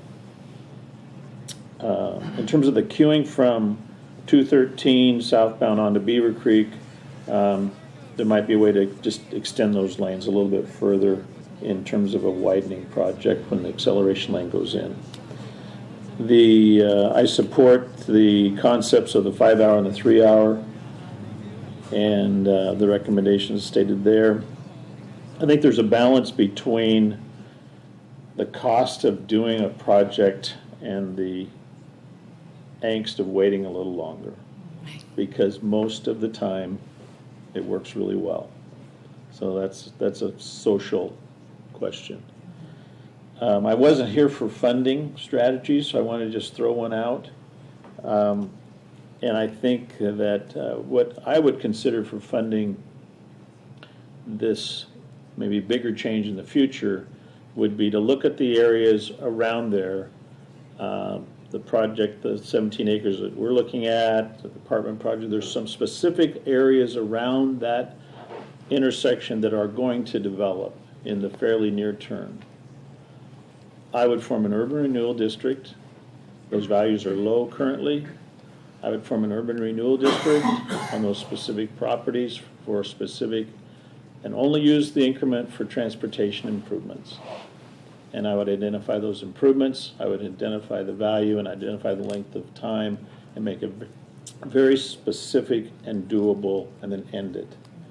I think you could then, with that, use that as leverage to encourage the county participation through maybe a traffic shed concept in the rural area, maybe so much per household as match, and you could then look to ODOT and say, what could you do to help get that done? So I think that doability is doable with some creativity, and I think that's just one method to consider. Great, thank you. Okay. I'm just curious, Susie, does this suite of your scope of work include funding suggestions, or is that, I mean, we'll certainly include this recommendations, but I didn't know if your scope included a section on that. Not specifically, but at least for the near-term improvements, I mean, that is part of what we'll be working on with the city, and when it gets amended into the TSP, being able to justify that the near-term improvements a lot of the near-term constrained. improvements are going to be funded by development. Right. I mean, when we were looking at that, we had specific things we fully anticipated doing a majority of, or at least a major, with a proportional contribution to that acceleration lane, to the signalization improvements. So, don't forget, that's the way development pays. It does do all the improvements that it specifically has in its development, but we are required to make proportional share or the improvements that we cause in terms of traffic improvement. So we're not kicking the can down the road. We are addressing those issues when development happens. Fair enough. Good. The system's working, and John's making sure of it. Mr. Replinger's making sure of that. Thank you, sir. Yep. Commissioner Engelbert. I'm gonna pass. I'm interested in hearing Okay, what everybody has to thanks. say. Sounds good. Thanks. Please. I think that once the old bus barn area gets developed, I think that's going to be so key in making sure that we've got walkability, restaurants. I don't even want to get in the car. Now, obviously, I moved here from Portland. I mean, that's clear because that's my mindset. Just don't even make me get in the car. Because you're happier and you're healthy and you interact with your neighbors more when you're in a community that's planned based on biking and walking, period. So I think that we really need to focus on how we connect the sidewalks that already exist and encourage the biking, walking, and make sure that when we build these areas out, we have things like restaurants and stuff so we don't have to look at the congestion that a lot of people think, well, if that whole Beaver Creek plan gets built out, so many cars. Not if it's walkable. Not if I can go across the street and buy groceries and go 6 blocks down and get dinner and go home and never step foot in a car. Like, that's ideal, and that's what I think is so important. But based on what you've presented here, I mean, I think there's no other options for, for movement if we're specifically talking about cars, so long as we don't ignore the necessity of just connecting so that pedestrians have the option. There are a lot of us in the Merriweather neighborhood that just finished the build out, 68 homes there. That's not including the ones behind us that are older, and all of them are walkable to Albertsons. If we could just get there and get the sidewalks connected. And there are people that walk through our neighborhood all the time that do not cross the street to Albertsons because it's so dangerous. So I mean, we can do grocery shopping without getting in the car. That's like a major errand. And Abby's. And the Abby's. Right. You can walk your pizza and beer off. Right, exactly. What's better than that? Right. Not much. Thank you. Thanks a bunch. Please, sir. Well, I liked a lot of what Dan had to say, frankly. I have no problem with the changes proposed here, and I agree with him completely about development paying its share.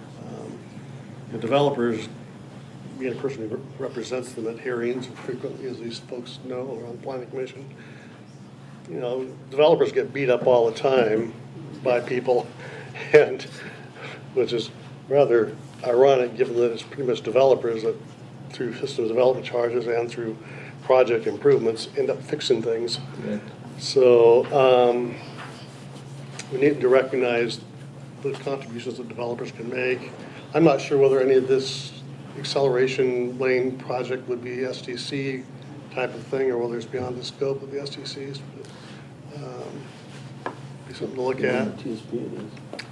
I was just doing a little engineering via Google Maps, and I especially liked your idea of doing something at the Holcomb Boulevard overpass. I think it's probably outside the scope of what you can do at this point, but I really think the city should look at that. That's an opportunity there to perhaps make some significant change to the way that area operates. I think that's about it. Thank you. Thanks for your attention. Mike? I guess my first thought, and I think it's probably the most important thing that I want to say, I think we need to, when we go forward and try to talk about funding, we need to separate these two projects entirely. I realize they're in the same corridor, but one of them, Beaver Creek, is a ton of bang for the buck and some pretty good short-term solutions. The other one doesn't have nearly the impact as far as improvement costs a lot more money, and is it really going to work? So I think we're going to make a mistake if we put these things in the same bucket. I think we just really need to go after the most urgent one, which is the Beaver Creek one. So that's that. I agree with everything that's there. On Beaver Creek, I would really like to see that extended left turn lane to Maple Lane be a part of that. I think you can extend one of those two southbound left turn lanes pretty easily. Right now there's a paint job that's kind of falsely shortening those.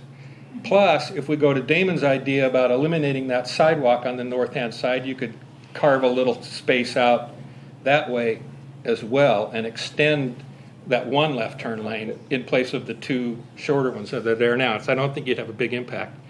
Kind of tying in with what Dan said and what Christina said, I live in the other neighborhood that she referred to as older. I thought my house was still pretty new. Anyway, there's about there are 300 houses or more. There's more than 300 between the three subdivisions that are there. Yeah.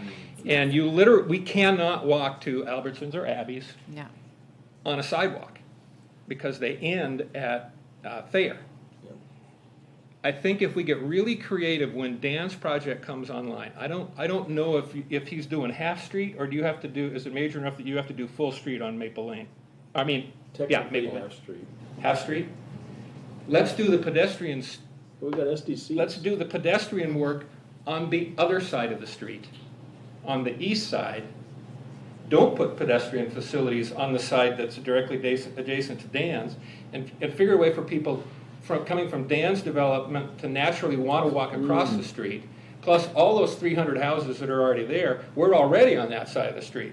So we'd cross to Abby's naturally if the better or only sidewalk was on the east side. Then you're not on that. You're not on the south and west. I'll screw it up now. Yeah. We don't. I think you know what I mean. So let's get creative, Laura. When Dan's project comes online, and make the pedestrian improvements on the other side of the street, and then be able to kill that other intersection. I think that's it. Oh, this is way out of the program, but John, I'm going to put you on the spot. When we talked after the last meeting, you said something really interesting about what highways look like now and what highways are going to look like really in the very short term, and that kind of ties on in with what Bob was talking about as far as technology, but I don't know if you remember the conversation we had, but... I don't. Oh. Everything you just said sounds fantastic. He's not going to bid to Well, okay, I'll put words back in your mouth. Basically what you said is you're almost kind of marking time because the way we drive is going to be changing really rapidly. With autonomous vehicles and other Yeah. systems, yeah. Right. Yes. Very well said, Mike. So insightful. You said it. So thank you. I think Mike, you said did you comment on the alternative mobility recommendations on the screen too? Are you relatively comfortable with those? I'm comfortable with all of those, with everything there, the alternative mobility and the improvements, but I'd like to see that extended left turn lane added to make that 1A or whatever. Thank you. Yeah, the alternative mobility I think makes sense. Thank you. Please, Eric. So I don't have too much to add. Thank you for all of your comments. I would say that I'm also comfortable with these recommendations. I would like to add a recommendation based on what some other people have said, and as well as what I would add to that. We've add a recommendation that includes accessibility via pedestrians and bicyclists. I don't believe that cutting off pedestrian access is ever a good idea because of actually the same reasons we've been talking about here with cars having to wait 1 minute. Pedestrians also don't like to wait 2 minutes to cross two, or actually in this case it'd be 3 different interchanges to get back to where they actually wanted to go, which would be something like 6 to 7 minutes, a lot more than any of the times we've talked about so far. And I think kind of related to pedestrian and mobility access, or sorry, accessibility access instead of mobility access, I think that is kind of where civil engineers and transportation planners are moving toward, that instead of worrying about mobility targets, which we don't seem to ever meet, rather focus on making sure that all modes of transportation are accessible and that safety improvements are prioritized over mobility at all costs. Amen, brother. Anyway, that's all I have. Thanks, Eric. Bill, please. I think I'm happy with all of that. I want to echo these ideas about intelligent signals that are coordinated, because the signal at Maple Lane affects the signal at Beaver Creek, affects the signal at Fur, coming off of 213, Affects all of those the things. community college. Community college, the intersection of Redland and 213 is affected by the intersection at Beaver Creek, and those signals can talk to each other, and they can be smart, and they can let the cars go through more in the morning when there's the rush, and change when there isn't any rush. And I really would push for that relatively inexpensive technological improvement of making all of these signals aware and talking to each other, so we don't have to stop here and then you go to the next light and stop, and then you go to the next light and stop. I mean, that's just a terrible way to We can do better. try to get through. Yeah. Good. All right, thank you, sir. Please. So I agree with what you just said. Definitely optimization of the signals. Also with the warning on 213 southbound, rather than sensors under the pavement, is it possible to have that say, car stopped ahead when the light turns red? I think that's the idea. Yeah. Okay. Yes. Okay. I don't know exactly how it's going to be implemented. It's got a very high-level description in the TSP, but yeah, that's the idea. That's the idea. Okay. Yeah. So it's tied to the red light, not necessarily cars detecting stopped cars. Okay. The the acceleration lane. So I think that's a great idea. I do think you sort of diminish the benefit if you allow pedestrians to cross that, because it's not a free-flowing right anymore. I agree with this gentleman's comment that the sidewalk that's there now could be a shoulder lane or emergency lane or something like that. And I think that's all and I am also in favor. I live on Thayer Road, so I have to take the left onto Maple from 213. And so I agree with eliminating the southbound, that extra southbound left. I call it extra because I take it every morning and I'm one of two cars in it. And I'm going during the peak time in the morning, so everyone's going that way and I'm going this way, lucky me. But we don't need two lanes for that, but we definitely need the space to hold the cars that are waiting to go left on Maple Lane. So I agree with walking and sidewalks, but I think to make it safe, I wouldn't let people walk through that. The acceleration. That Yeah. yield lane. I mean, the committee is clearly, there's not consensus on this yet, so that's almost Damon's going to be coming back your way at Planning Commission and City Commission on that, because it certainly is a policy choice, but thanks for expressing, and there's no clear consensus on this table, but thank you. Thank you. Please, Luke. Yeah, so I'm comfortable with the times that are put up there for when it would exceed. For the turn at the acceleration lane, it's currently Beaver Creek Road is not pleasant to go across. It's really safe if you're walking or biking, and doing something that would make it worse isn't something that I really feel like I could support, especially if it's encouraging cars just to go through there continuously. So yeah, I think looking at how do we make it safer for people walking and biking along Beaver Creek Road should be a part of this sort of overall package. Mm-hmm. Got it. Thank you. Damon, please, anything else? Because I feel like your earlier comments were more clarifications and ideas, but so now you get another bite, please. Yeah, well, first off, I think just these incremental changes, they don't necessarily push the can down the road, but they open up the possibility for technology changes. I think smart cars, smart intersections will change the VC of what's happening. And as far as specifically those, I agree that we need to add number 2 to the bottom.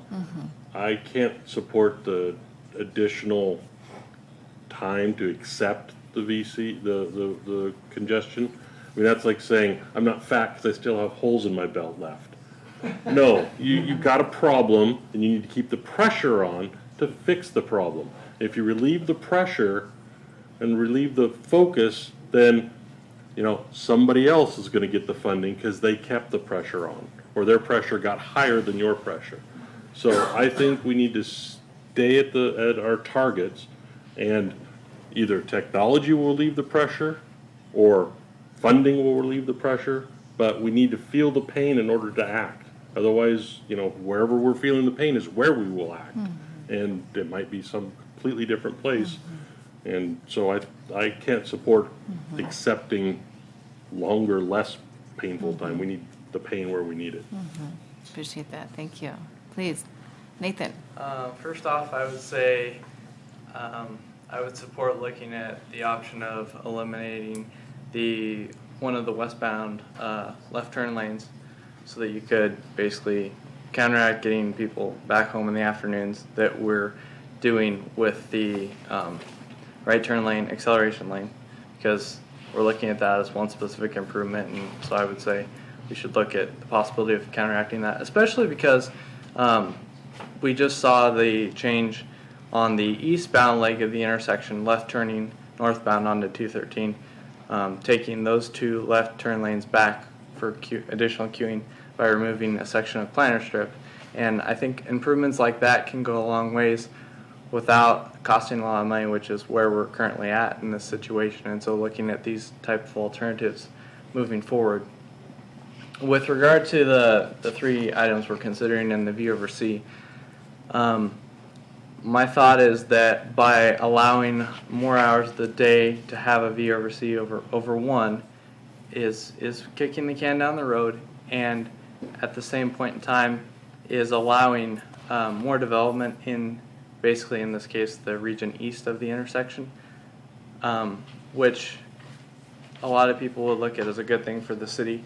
But at the same point in time, it's going to be a drawback for the livability of the individuals moving into that area, and will eventually be a problem for the city. So it's something that needs to be considered and balanced in multiple ways.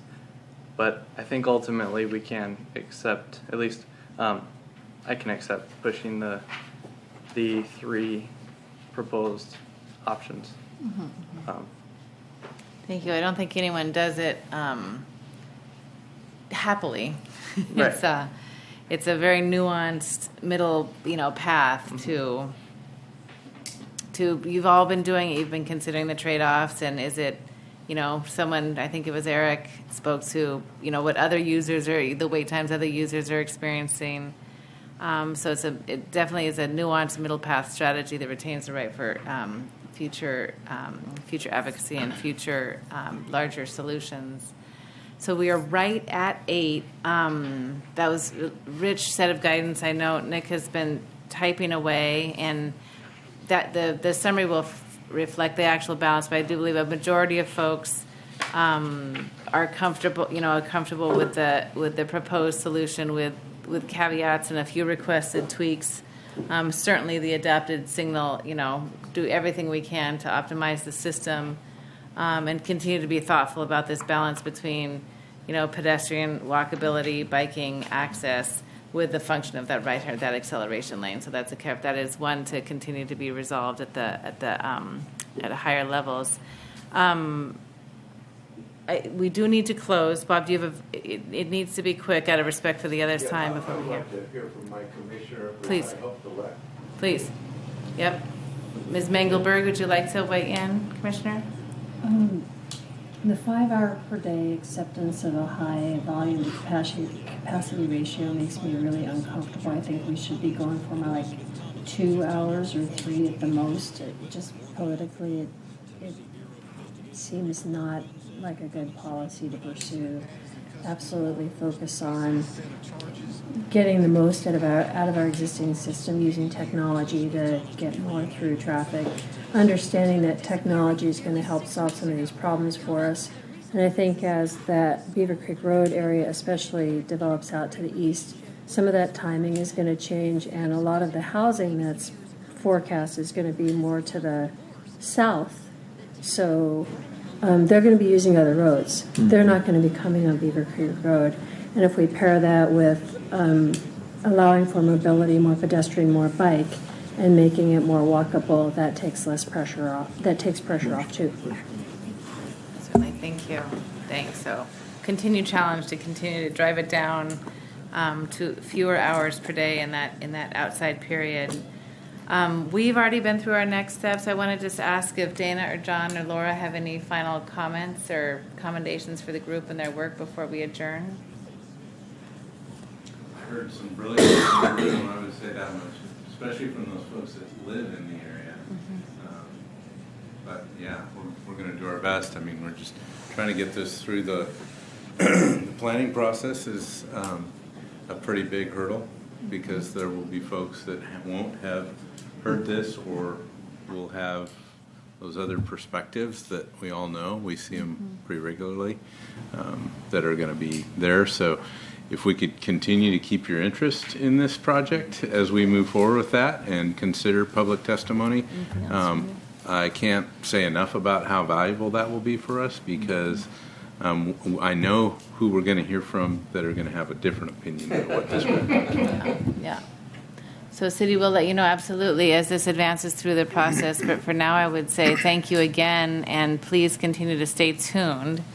We know your email addresses, so thank you very much. All right, and the meeting's adjourned. Thank you, thank you, thank you, thank you.